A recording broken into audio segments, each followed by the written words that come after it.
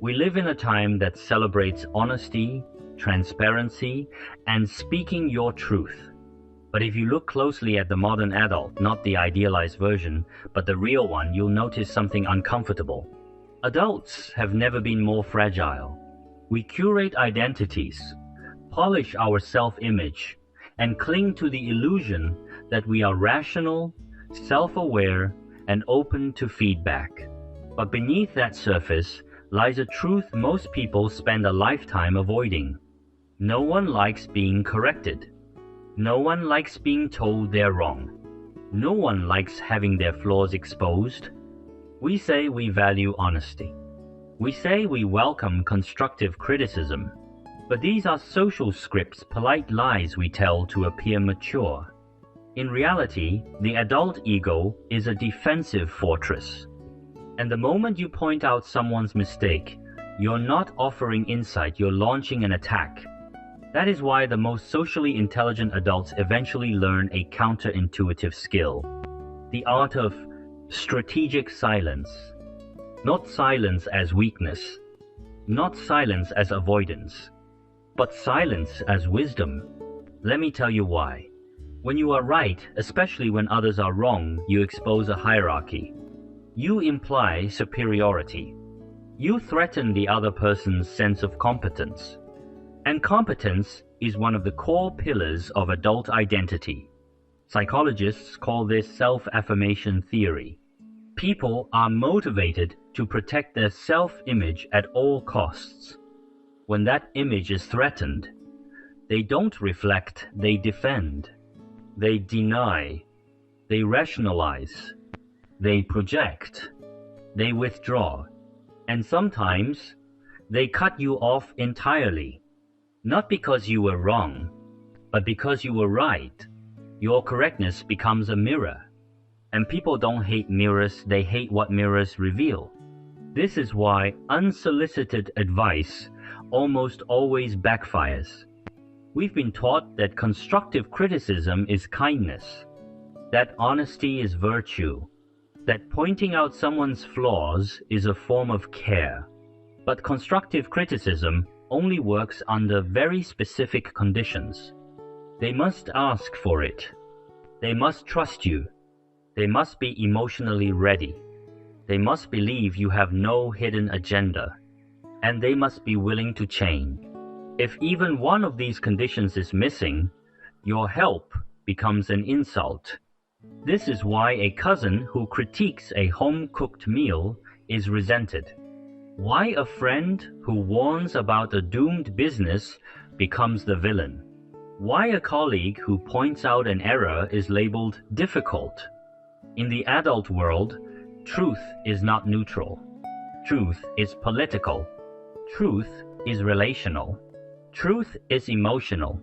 And truth, when unsolicited, is almost always unwelcome. So what do the wise do? They stop trying to fix people. They stop offering advice no one asked for. They stop interfering in choices that are not theirs to make. They practice the compassion of non-interference. Because here is the harsh reality.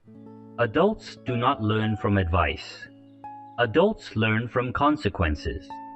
No amount of warning can prevent someone from making a mistake they are determined to make. No amount of guidance can save someone who is not ready to be saved. So the wise step back. They let people walk their own path. They let reality be the teacher. This is not coldness. This is respect. Respect for autonomy. Respect for the journey. Respect for the fact that growth cannot be outsourced.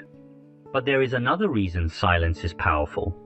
Modern social life runs on an unspoken economy.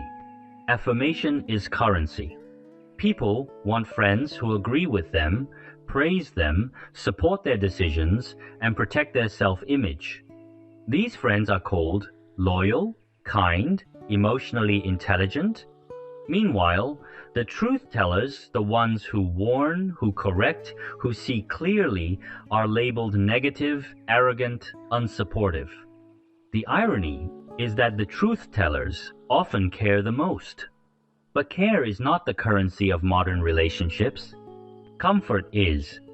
And so the socially intelligent adult learns to give people what they want, not what they need. Not because they are fake, but because they understand human psychology. This leads us to a difficult but liberating truth. The less you interfere in other people's lives, the more they appreciate you. The less advice you give, the more they trust you. The less truth you impose, the more they confide in you. People do not want mentors. They want witnesses. They want companions who walk beside them, not above them. And so the greatest kindness you can offer is not guidance, but space. Not correction, but acceptance. Not truth, but presence. Let me be clear. Silence is not apathy. Silence is maturity.